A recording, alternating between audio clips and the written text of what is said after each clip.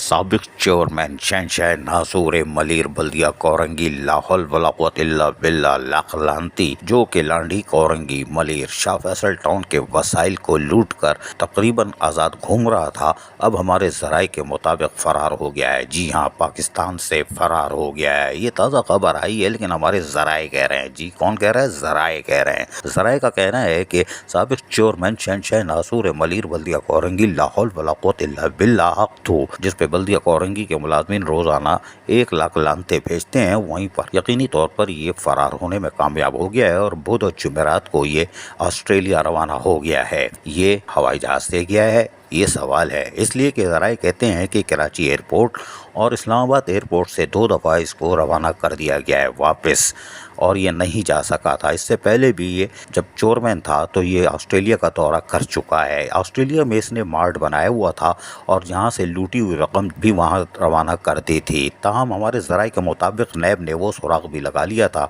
कि किस टीटी के साथ ये पैसे गए हैं और वहाँ कौन मार्ट चला रहा है, सारी तफसीलात हासिल कर ली थी और ये खबर हम आपको दे चुके हैं। बहरहाल चेयरमैन मुल्क से फरार होने में कामयाब हो गया। ये कैसे गया, वो कौन से सहूलतकार थे जिन्होंने इसको भेजा? क्या ये कराची पोर्ट से जहाज से गया है समुद्री, या लांचों की मदद से बरसता दुबई रवाना हुआ है, या फिर इसको तो बड़ा शौक है ना काले ट्रक का, और इसने रोड कटिंग की मद में उस वक्त के अफसरान ने पूरा ताउन किया था और 2 ट्रक इसको दिए थे, एक काला ट्रक और एक गोल्डन ट्रक, जो 65 लाख मालियत के थे, यानी 1.25 करोड़ 1.5 करोड़ के रजिस्ट्रेशन के बाद 1.5 करोड़ मालियत जो लूटे हुए माल की से बना था। गोल्डन ट्रक तो गिफ्ट कर दिया था, काला ट्रक इसने अपने पास रखा हुआ था और उसको ये खड़े होकर चलाता था क्योंकि बोना था, और बोना यकीनी तौर पर नाई की दुकान पे भी तख्ता रख के बैठता था। कोई बात नहीं, लेकिन ये वसाइल लूटने के बाद ज़राए कह रहे हैं कि ये बुध और जुमेरात को पाकिस्तान से फरार होने में कामयाब हो गया और ऑस्ट्रेलिया चला गया है।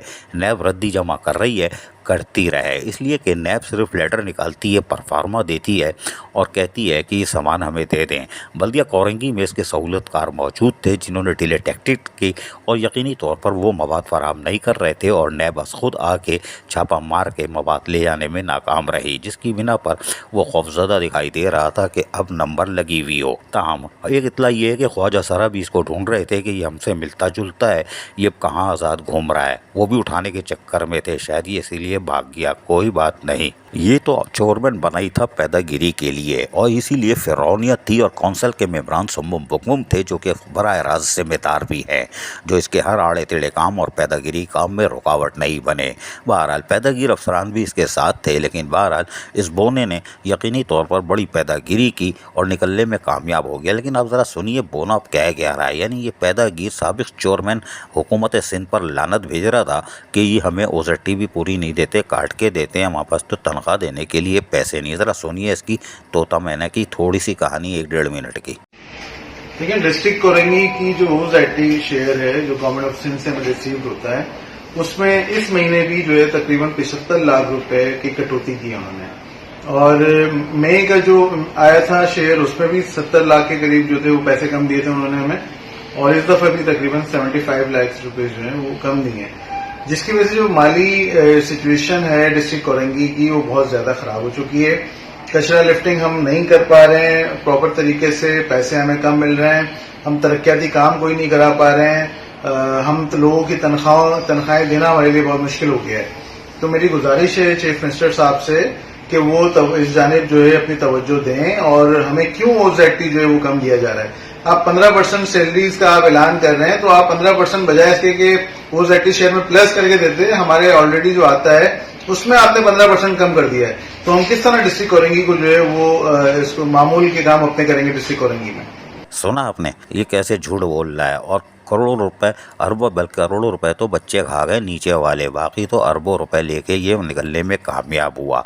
और इतने ये रिस्क हलाल इतना खाता था, इतना रिस्क हलाल खाता था, केडीए वालों को तो लानत भेज दी थी कि ये हराम खाते हैं। ज़रा 1 मिनट 20 सेकंड का ये जुमला भी ज़रूर सुनिए, केडीए वाले हराम खाते हैं और ये जायज़ हलाल खाता है, सुनिए। हराम खा खा के ये जो केडीए के अफसरान हैं, इनकी आप शक्लें देखेंगे, इनकी शक्लें कैसी हो गई हैं। केडीए कराची की लातादाद जमीनों को इन्होंने बेचा है, कोरंगी की लातादाद खाली प्लॉट्स जो थे वो इन्होंने बेचे हैं। सुप्रीम कोर्ट अगर मुदाखलत नहीं करता तो ये तो सब कुछ बेच चुके होते। कोरंगी लांडी में पता नहीं कितने सारे शादी हॉल थे, तमाम आवाम जानती है, जिनको केडीए ने मुख्तलिफ लोगों को बेचा हुआ था। फिर सुप्रीम कोर्ट के इंस्ट्रक्शंस पर जो उनको तोड़ा भी गया है। तो ये जो खाली जमीन होती है, जो खाली प्लॉट होता है, उसका एक अलॉटमेंट लेटर जारी कर देते हैं, पैसे देके ये सारे काम करते हैं, जिसकी हम शदीद मजम्मत करते हैं और मुतालबा करते हैं कि डीजी केडीए कादिर मंगी, इससे पहले डीजी मंसूर थे, अभी एक एक्सीएम रशीद हैं और चार्ज फायरिंग का डायरेक्टर उबैद जो है, इनके खिलाफ तहकीकात की जाए और इनको फौरी तौर पर नौकरियों से जो बरतरफ किया जाए। साबिक चोरमैन का सुना आपने, ये केडीए वालों पे लानत भेज रहा है और केडीए वालों ने आज तक इस पर लानत नहीं भेजी। अफसोस की बात है। लेकिन अब हम सुनाते हैं कि इस बोने को जो पैदागीर था चोरमैन, ये लोगों के यानी सरकारी मुलाजमीन जो बल्दिया कोरंगी के थे, उनके भी वसाइल लूट के खा गया था। सुनिए जाने से पहले जुलाई में क्या कह रहा था कि हम आपके बड़े हुए पैसे दे देंगे और टीचरों को भी चौरंगी घुमा रहा था कि टाइम स्केल देके जाएंगे। सुनिए ज़रा। और जिसमें हमारा 14.88 जो है वो हमारी सैलरी जा रही है, यानी कि हमारे पास 1 करोड़ का सिर्फ डिफरेंस रह गया है। तो वो हमारे लिए बहुत ज़्यादा दुश्वारी है, लेकिन उसमें भी हम काम कर रहे हैं और इस सिस्टम के ख़त्म होने से पहले इंशाल्लाह हम मुलाजमीन को 10% भी देके जाएंगे। और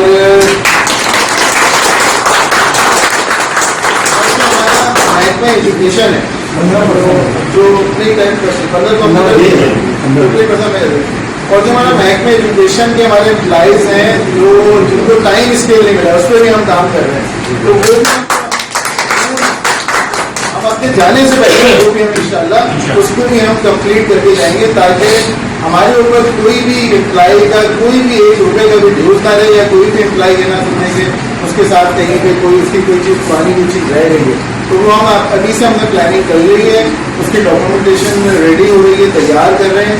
लेकिन हमें सिर्फ प्रॉब्लम फाइनेंस का है, हमारे पास इतना फाइनेंस नहीं है, वरना तो हम ये बहुत पहले कर चुके होते। लेकिन हम इंशाल्लाह अगर ये अगस्त में ट्रेंड खत्म होता है तो हम जून या जुलाई में उसको हम कर देंगे। सुना आपने, ये थोड़ा सा 1.5 मिनट का टोटा आपने सुन लिया, 1 मिनट 20-30 सेकंड का, जिसमें ये कह रहा था कि हम टाइम स्केल भी देखे जाएंगे और सामने से तालियां बज रही थी उसको, और ये हंस रहा होगा कि मैं तो फिरौन था और मेरे पास तो बैकअप थी और यही वजह थी कि मैं लूट मार के निकल जाऊंगा, तुम लोग रोगे, और इसने रुला दिया। खैर, साबिक चोरमैन शहंशाह नासूर मलीर बल्दिया कोरंगी आग धूल लानत होने यकीनी तौर पर जहां लांडी कोरंगी शाह फैसल मलीर के लोगों को लूटा, वहीं पर अपनी महाजिर कौम को भी लूटा और लानत भेज के अब शायद ऑस्ट्रेलिया फरार हो गया है, ये ज़राए कह रहे हैं। वल्लाह आलम बिस्सवाब ज़राए कह रहे हैं।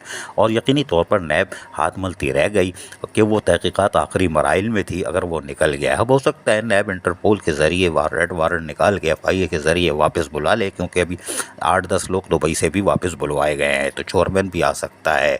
लेकिन यकीनी तौर पर बोना टांगों में से निकल के नैब की निकलने में फरार हो गया है, ये इतला है और ज़राए कह रहे हैं। लेकिन हम फिर कह रहे हैं, इन्नल्लाह मास्साबिरीन, सब्र करो, इंसाफ अल्लाह देगा। नैब से तो बच जाएगा, लेकिन ये बराह रास्त जहन्नम में जाएगा और इसके सहूलतकार ईंधन होंगे। अजीज़ आरिफ, KBS बल्दियाती न्यूज़ कराची। ऐसी ही खूबसूरत वीडियोस फ्यूचर में हासिल करने के लिए रेड बटन पर क्लिक करके और बेल आइकॉन को प्रेस करके हम सबके सब्सक्राइबर बनना मत भूलिए।